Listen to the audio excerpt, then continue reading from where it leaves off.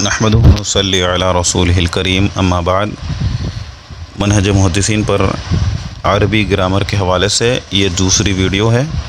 آپ کے سامنے پہلی ویڈیو اپلوڈ کی جا چکی ہے مشکل صیغوں کے متعلق، اور وعدہ یعیدو کے بارے میں ہم نے اس صیغے کو لیا تھا اور کس طریقے سے قواعد کا اطلاق ہوا، وہ تمام باتیں ہم نے بتلائی تھی، اور ساتھ میں ہم نے یہ بھی جانا تھا کہ اس کلمے کو لے کر امام راغب اصفہانی رحمہ اللہ کی مشہور و معروف کتاب مفردات القرآن، امام راغب اصفہانی المتوفیٰ 502 ہجری کی جو مشہور کتاب ہے مفردات القرآن، جو ترجمہ بھی ہوا ہے اس کتاب کا، مفردات القرآن کے نام سے ہی وہ ترجمہ والی کتاب دستیاب ہے۔ اس میں جو معلومات جو ہم صیغہ حل کر رہے ہیں، اسی صیغے کی معلومات جو انہوں نے فراہم کی ہے، اس کو بھی مختصر طور پر آپ کی خدمت میں ہم نے رکھا تھا۔ آج بھی یہ دوسری ویڈیو ہے اور ہم یہ ایک کلمہ لائے ہیں آپ کی خدمت میں، المزمل، اور اس کو حل کریں گے۔ اور جیسا کہ ہم نے پہلی ویڈیو میں بھی کہا تھا کہ جو عربی گرامر سے دلچسپی رکھتے ہیں یا جن کو کچھ بیسک باتیں بھی معلوم ہیں صرف و نحو کے متعلق، ان کے لیے ہی یہ باتیں فائدہ مند ہوگی۔ جن کو محموز، مضاعف اور یہ تمام قاعدے بیسک جو پڑھے ہوئے ہیں ان کے لیے ہی فائدہ مند ہوگی۔ جو حضرات اس کو نہیں پڑھے ہوئے ہیں، میرے حساب سے ان کو کوئی خاص فائدہ نہیں ہوگا، بلکہ وہ الٹا کنفیوز بھی ہو سکتے ہیں کہ یہ قاعدے کس طریقے سے بن رہے ہیں۔ تو آئیے المزمل کے اوپر ہم گفتگو کریں گے انشاءاللہ۔ قرآن مجید کی آیت ہے سورہ مزمل، یا ایھا المزمل، پہلی آیت ہے، اس کا ترجمہ آپ اپنے اسکرین پر دیکھ رہے ہیں، اے کپڑے میں لپٹنے والے۔ تو المزمل، یہ مزمل کون سے باب سے ہے، یہ کون سا صیغہ ہے، اور اس کے حروف اصلیہ کیا ہے، وہ تمام باتیں انشاءاللہ ہم اس ویڈیو کے اندر دیکھیں گے۔ تو آئیے اس کے سب سے پہلے حروف اصلیہ جان لیتے ہیں۔ اس کے حروف اصلیہ ہیں ذا، میم، لام۔ مزمل، اس کے حروف اصلیہ ذا، میم، لام ہے، اور یہ کون سے باب سے ہے؟ تو دوسری بات ہم معلوم کر لیں گے، یہ باب تفاعل سے ہے، باب تفاعل۔ اور تیسری بات کہ باب تفاعل کا یہ کون سا صیغہ ہے، تو یہ اسم الفاعل ہے، اسم الفاعل۔ تو سب سے پہلے ہم یہ دیکھ لیں گے کہ اس کا واحد، ماضی اور مضارع کیا بنتا ہے باب تفاعل کا، اور پھر ہم اس میں اس حروف اصلیہ ذا، میم، لام کو ہم فٹ کریں گے۔ باب تفاعل کا واحد ماضی تفاعل، اور پھر مضارع ہوگا یتفاعل، اور پھر اس میں فاعل بنے گا متفاعل۔ تو تفاعل، یتفاعل، متفاعل سے ہم ذا، میم، لام کو اس باب تفاعل کے اندر رکھ کر اگر ہم پڑھیں گے تو یہ بنے گا تزمل،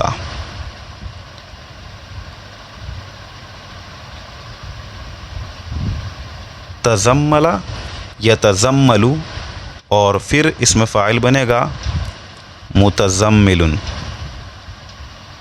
متزمل۔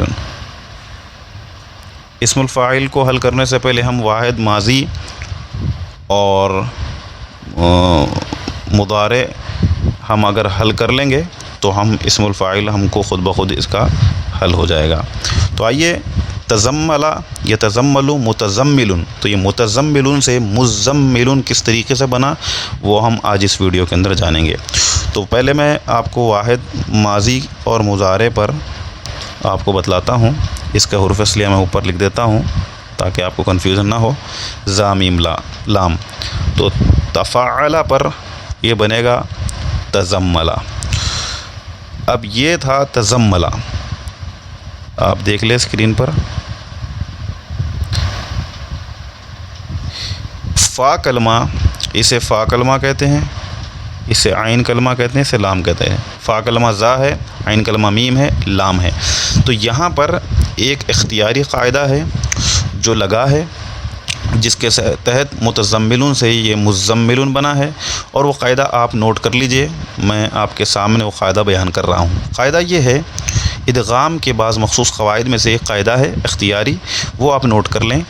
قاعدہ یہ ہے، باب تفاعل اور تفاعل کا فا کلمہ اگر ثا، دال، ذال، زا، سین، شین، صا، ضا، طا، ضا میں سے ہو تو تفاعل اور تفاعل کی تا وہی شکل اختیار کرے گی جو فا کلمہ ہوتا ہے۔ آپ دوبارہ سن لیں، قاعدہ یہ ہے کہ باب تفاعل اور تفاعل کا فا کلمہ اگر ثا، دال، ذال، زا، سین، شین، صا، ضا، طا، ضا میں سے ہو تو تفاعل اور تفاعل یہ دو الگ الگ باب ہے، ثلاثی مزید فی کے۔ تفاعل اور تفاعل کی تا وہی شکل اختیار کرتی ہے جو فا کلمہ ہوتا ہے۔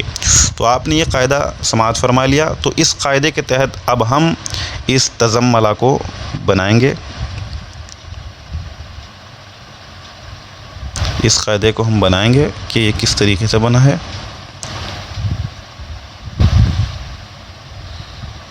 حروف اصلیہ زا، میم، لام، اور یہ ہے تزملہ۔ تزملہ سے ہم اس قاعدے جو قاعدہ ادغام کا ہم نے آپ کے سامنے بیان فرمایا ہے اس پر عمل کریں گے کہ تفاعل کی جو باب تفاعل کا جو فا کلمہ ہے اگر ثا، دال، دال، زا جو حروف ہم نے پڑھے ہیں ان میں سے زا بھی ہے، تو اگر آئے تو ہمیں کرنا کیا ہے، باب تفاعل کی جو یہ تا ہے اس کو وہی لیٹر بنا دیں گے جو لیٹر یہاں پر آیا ہے، تو ہم تا کو بھی زا بنا دیں گے، تو یہاں پر دو زا اکٹھا آ جائیں گا، تو یہ تزملہ بن جائے گا ززملہ۔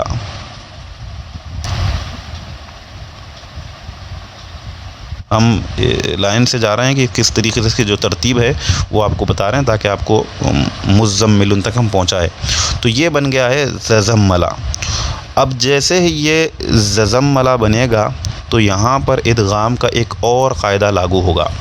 وہ قاعدہ اگر آپ مضاعف کے جو قوانین پڑھے ہیں ان میں آپ کو یہ قاعدہ معلوم ہوگا کہ دو حروف ایک جیسے ہوں اور دونوں متحرک ہوں جنہیں مثلین کہا جاتا ہے، پہلے والے حروف کو مثل اول اور دوسرے والے حروف کو مثل ثانی کہا جاتا ہے، تو یہاں ادغام کے قواعد میں سے ایک قاعدہ یہ ہے مضاعف میں کہ دو متحرک جو مثلین ہوتے ہیں حروف ان میں سے پہلے والے مثل اول کو ساکن کر دیتے ہیں، تو اس قاعدے کے تحت یہ ززملہ بن جائے گا۔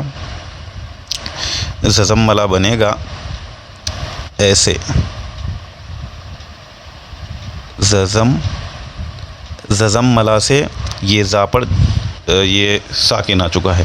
جب زا پر ساکن آئے گا تو یہ پڑھنے میں نہیں آئے گا، تو اب کیا کریں گے، اس کو آپ کو معلوم ہوگا کہ ہم ضربہ یضربو میں جب یضربو سے ہم فعل امر بناتے ہیں تو یا جب نکالتے ہیں یضربو کا تو پھر ضاد پر ساکن ہوتا ہے، پھر وہ پڑھے نہیں جاتا، تو ہم اس کو پڑھنے کے لیے حمزہ ایڈ کرتے ہیں، اس کو اضرب کرتے ہیں۔ اسی طریقے سے نصر ینصرو میں بھی جب ینصرو کا یا ہم نکالتے ہیں اور نون، صاد اور را پر جزم ڈالتے ہیں، اور یہ نون پر تو شروع میں جزم آ جائے گا کیونکہ یا ہم نے نکال دیا، تو پھر وہ پڑھے نہیں جائے گا، تو اس وجہ سے ہم اس کو الف اضافہ کرتے ہیں، حمزہ اضافہ کرتے ہیں، اور پھر وہ عنصر بنے گا۔ اسی طریقے سے یہاں پر بھی ہم ایک الف کو ایڈ کریں گے، الزملہ۔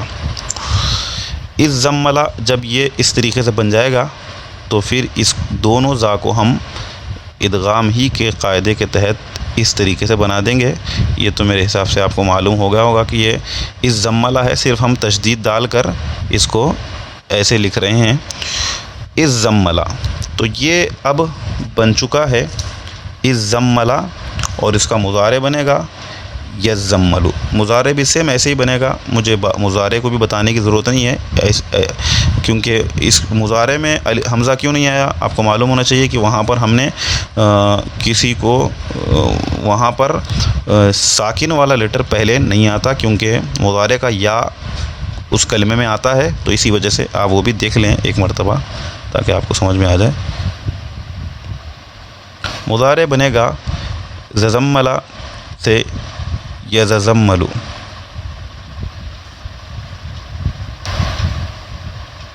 یززملو، اور یہ دونوں زا ہے، اور ہم مثل اول کو جزم کر دیں گے اور اس طریقے سے یہ بن گیا ہے یزملو. پھر ہم اس کو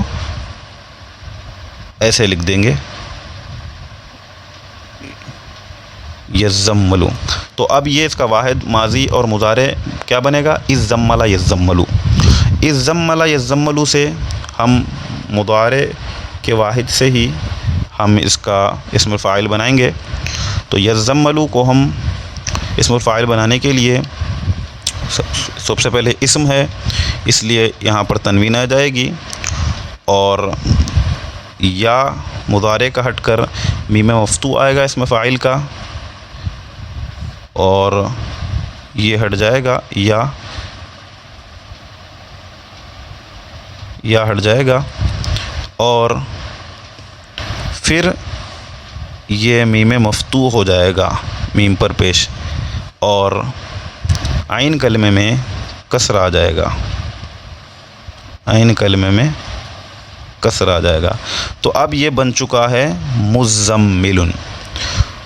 تو دیکھا سامعین اور ناظرین کہ کس طریقے سے متزمل یہ مزمل بنا. ٹھیک اسی طریقے سے سورہ مدثر جو ہے وہ بھی ایسے ہی اس کو لاگو ہوا ہے اور یہ اختیاری قاعدہ تھا متزمل کو مزمل بنانے کا. قرآن مجید میں جس طریقے سے آیا ہے اس طریقے سے ہی اسے پڑھنا ہے, ہمیں اپنی طرف سے کوئی چینج نہیں کرنا ہے.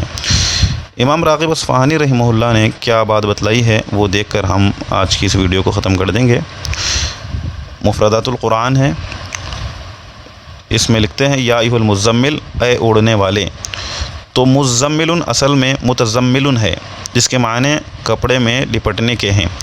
تو دیکھا انہوں نے بھی اس بات کی طرف اشارہ کیا کہ یہ اصل میں متزمل تھا اور یہ مزمل کیسے بنا ہے اس کی تفصیل ہم نے آپ کے سامنے رکھی ہے. اللہ تعالیٰ سے دعا ہے کہ اللہ تعالیٰ ہمیں سمجھنے کی توفیق عنایت فرمائے. آمین. السلام علیکم ورحمۃ اللہ وبرکاتہ.